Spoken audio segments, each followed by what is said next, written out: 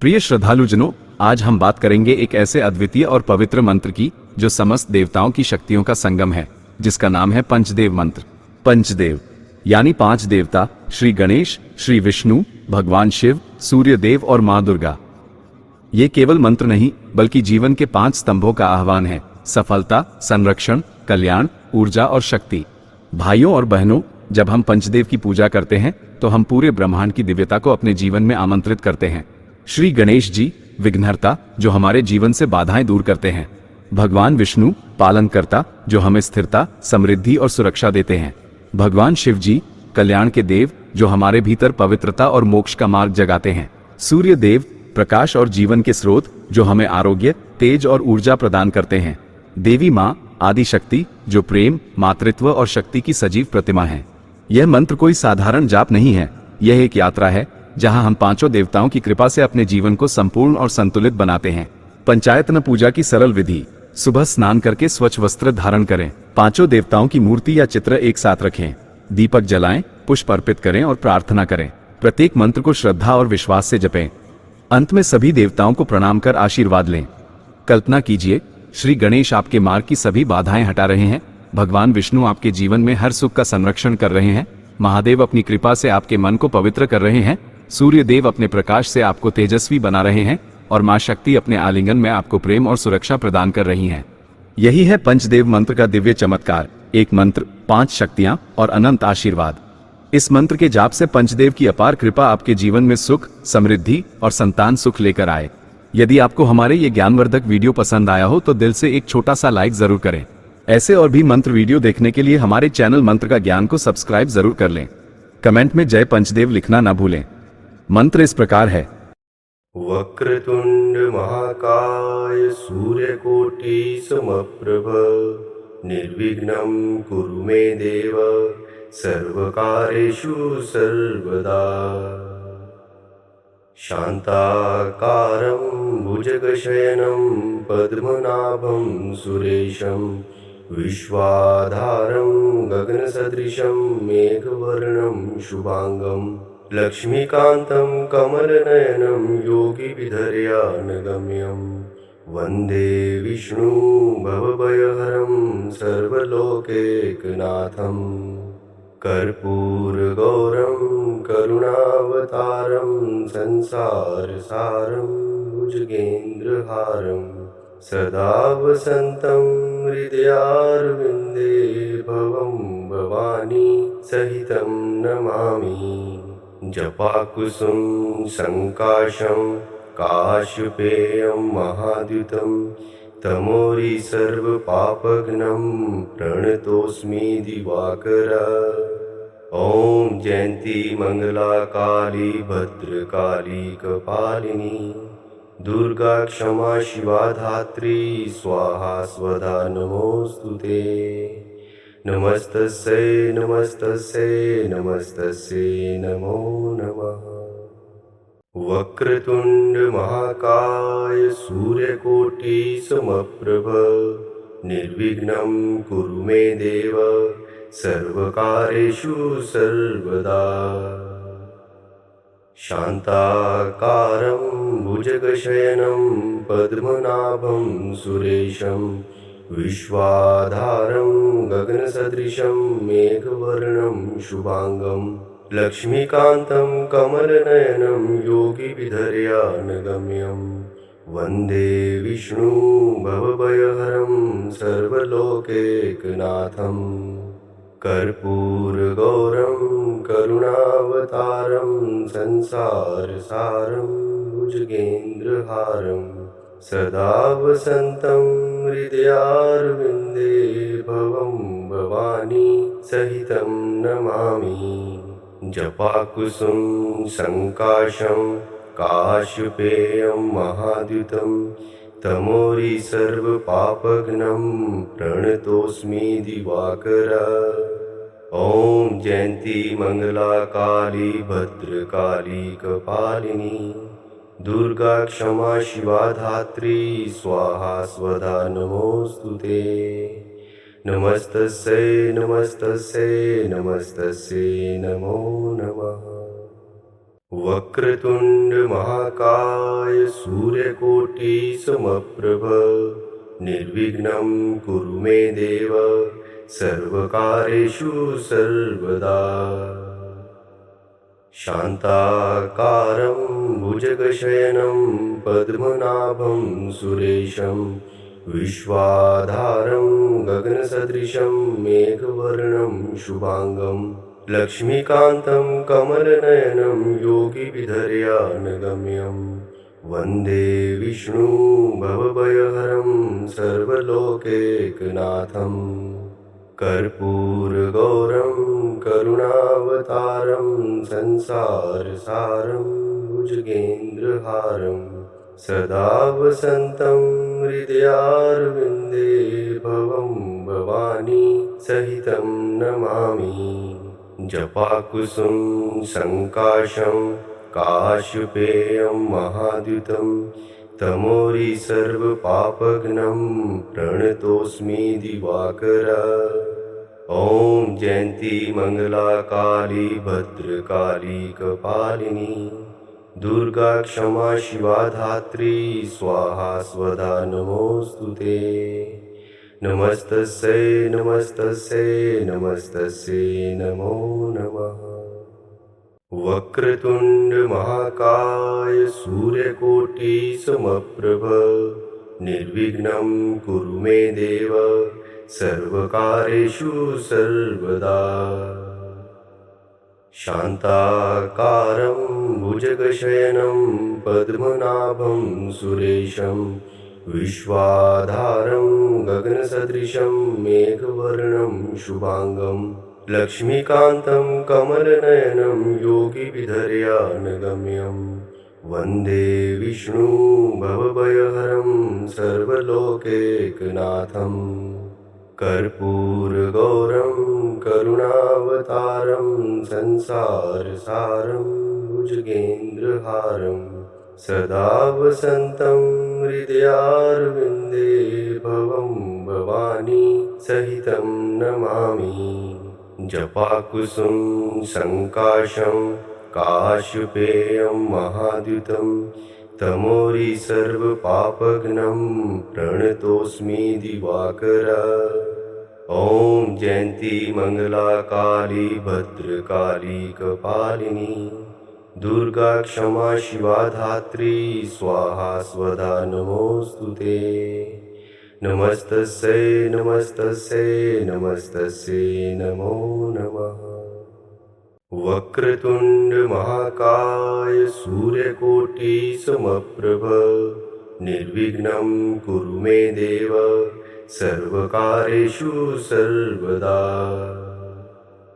शान्ताकारं भुजगशयनं पद्मनाभं सुरेशं विश्वाधारं गगनसदृशं मेघवर्णं शुभांगं लक्ष्मीकान्तं कमलनयनं योगिविधर्यानगम्यं वन्दे विष्णु भवभयहरं सर्वलोकैकनाथं कर्पूरगौरं करुणावतारं संसारसारं भुजगेन्द्रहारं सदा वसन्तं हृदयारविन्दे भवं भवानी सहितं नमामि।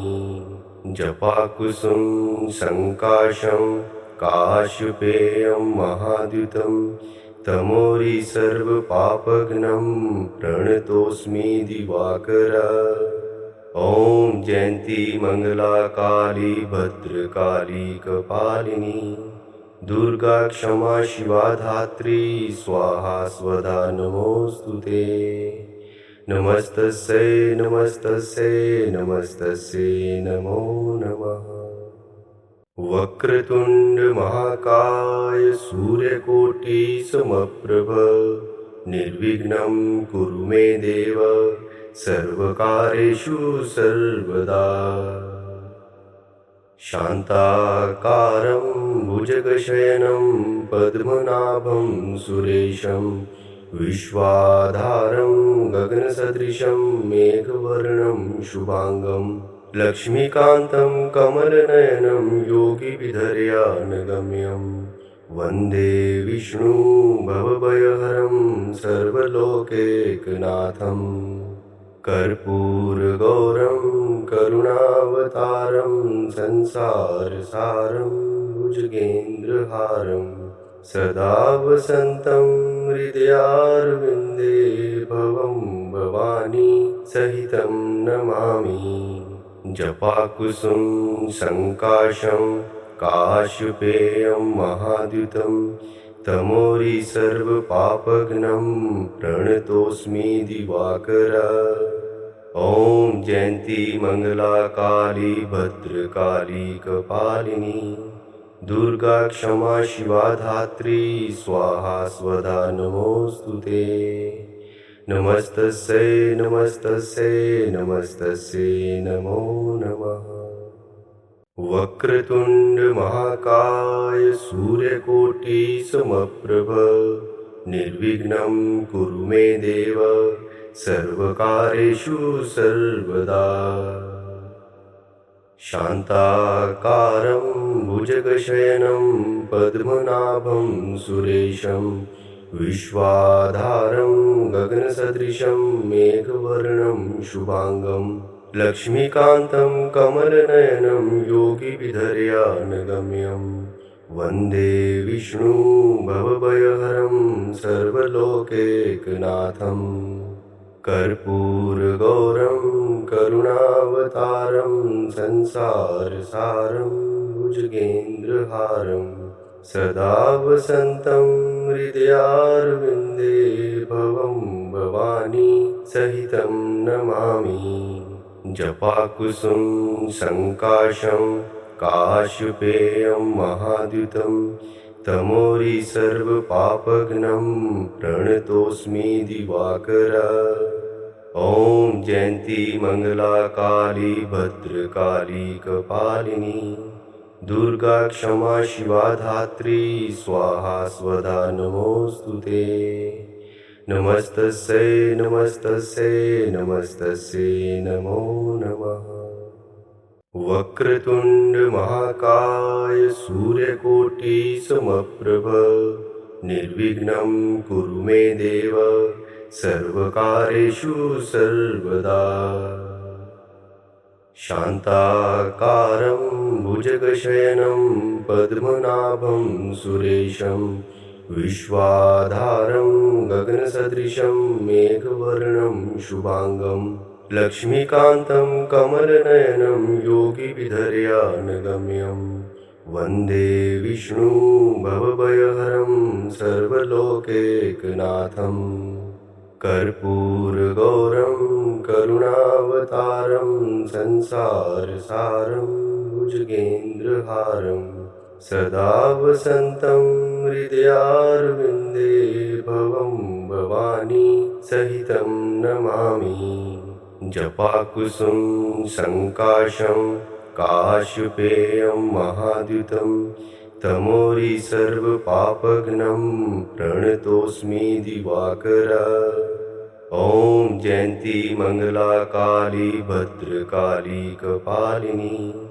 दुर्गा क्षमा शिवा धात्री स्वाहा स्वधा नमोस्तुते नमस्तस्यै नमस्तस्यै नमस्तस्यै नमो नमः वक्रतुंड महाकाय सूर्यकोटि समप्रभ निर्विघ्नं कुरु मे देव सर्वकार्येषु सर्वदा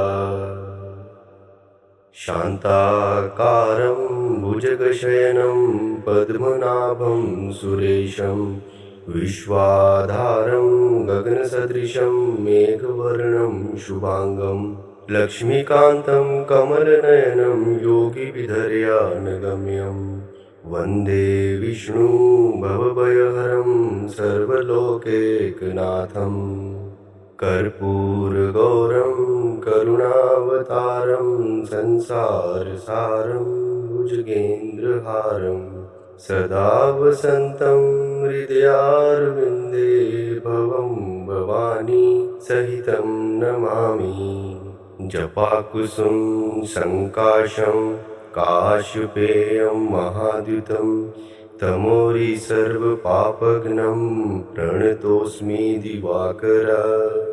ॐ जयन्ती मङ्गला काली भद्रकाली कपालिनी दुर्गा क्षमा शिवा धात्री स्वाहा स्वधा नमोऽस्तुते। नमस्तस्यै नमस्तस्यै नमस्तस्यै नमो नमः। वक्रतुण्ड महाकाय सूर्यकोटि समप्रभ निर्विघ्नं कुरु मे देव सर्वकार्येषु सर्वदा। शान्ताकारं भुजगशयनं पद्मनाभं सुरेशं विश्वाधारं गगनसदृशं मेघवर्णं शुभांगं लक्ष्मीकान्तं कमलनयनं योगिविधर्यानगम्यं वन्दे विष्णु भवभयहरं सर्वलोकैकनाथं कर्पूरगौरं करुणावतारं संसारसारं भुजगेन्द्रहारं सदा वसन्तं हृदयारविन्दे भवं भवानी सहितं नमामि। जपाकुसुम संकाशं काश्यपेयं महाद्युतं तमोरि सर्वपापघ्नं प्रणतोऽस्मि दिवाकर। ॐ जयन्ती मङ्गला काली भद्रकाली कपालिनी दुर्गा क्षमा शिवा धात्री स्वाहा स्वधा नमोऽस्तुते। नमस्तस्यै नमस्तस्यै नमस्तस्यै नमो नमः। वक्रतुण्ड महाकाय सूर्यकोटि समप्रभ निर्विघ्नं कुरु मे देव सर्वकार्येषु सर्वदा।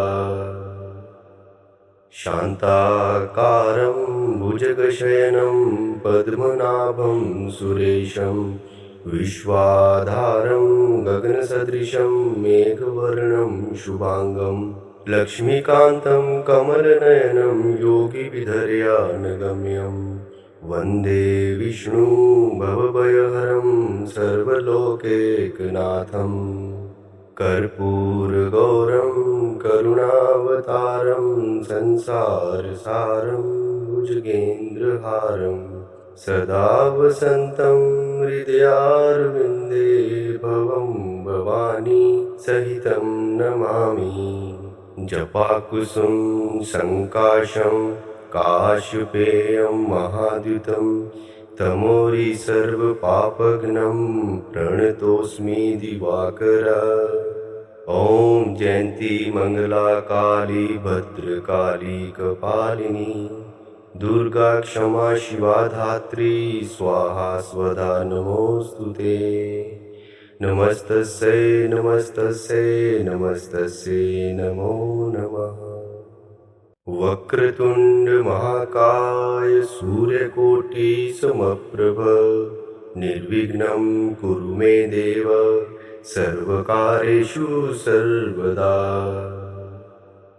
शान्ताकारं भुजगशयनं पद्मनाभं सुरेशं विश्वाधारं गगनसदृशं मेघवर्णं शुभांगं लक्ष्मीकान्तं कमलनयनं योगिविधर्यानगम्यं वन्दे विष्णु भवभयहरं सर्वलोकैकनाथं कर्पूरगौरं करुणावतारं संसारसारं भुजगेन्द्रहारं सदा वसन्तं हृदयारविन्दे भवं भवानी सहितं नमामि। जपाकुसुम संकाशं काश्यपेयं महाद्युतं तमोरि सर्वपापघ्नं प्रणतोऽस्मि दिवाकर। ॐ जयन्ती मङ्गला काली भद्रकाली कपालिनी दुर्गा क्षमा शिवा धात्री स्वाहा स्वधा नमोऽस्तुते। नमस्तस्यै नमस्तस्यै नमस्तस्यै नमो नमः। वक्रतुण्ड महाकाय सूर्यकोटि समप्रभ निर्विघ्नं कुरु मे देव सर्वकार्येषु सर्वदा। शान्ताकारं भुजगशयनं पद्मनाभं सुरेशं विश्वाधारं गगनसदृशं मेघवर्णं शुभांगं लक्ष्मीकान्तं कमलनयनं योगिविधर्यानगम्यं वन्दे विष्णु भवभयहरं सर्वलोकैकनाथं कर्पूरगौरं करुणावतारं संसारसारं भुजगेन्द्रहारं सदा वसन्तं हृदयारविन्दे भवं भवानी सहितं नमामि। जपाकुसुम संकाशं काशपेयं महाद्युतं तमोरि सर्वपापघ्नं प्रणतोऽस्मि दिवाकर। ॐ जयन्ती मंगला काली भद्रकाली कपालिनी दुर्गा क्षमा शिवा धात्री स्वाहा स्वधा नमोस्तुते। नमस्तस्यै नमस्तस्यै नमस्तस्यै नमो नमः।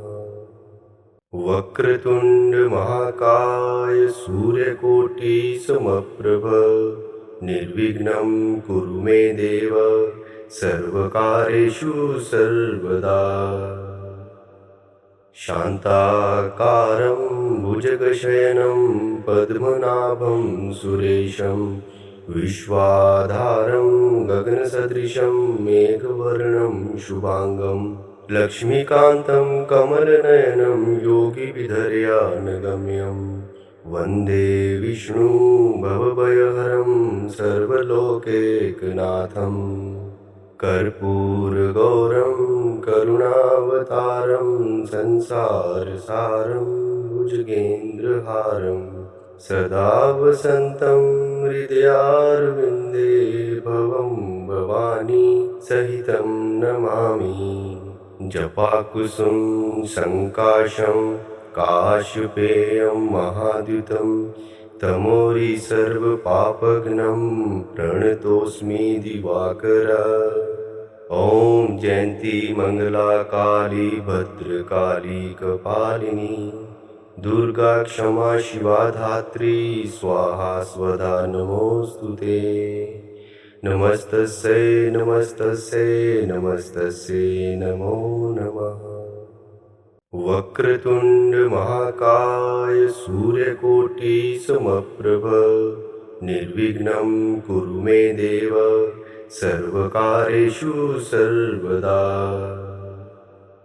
शान्ताकारं भुजगशयनं पद्मनाभं सुरेशं विश्वाधारं गगनसदृशं मेघवर्णं शुभांगं लक्ष्मीकान्तं कमलनयनं योगिविधर्यानगम्यं वन्दे विष्णु भवभयहरं सर्वलोकैकनाथं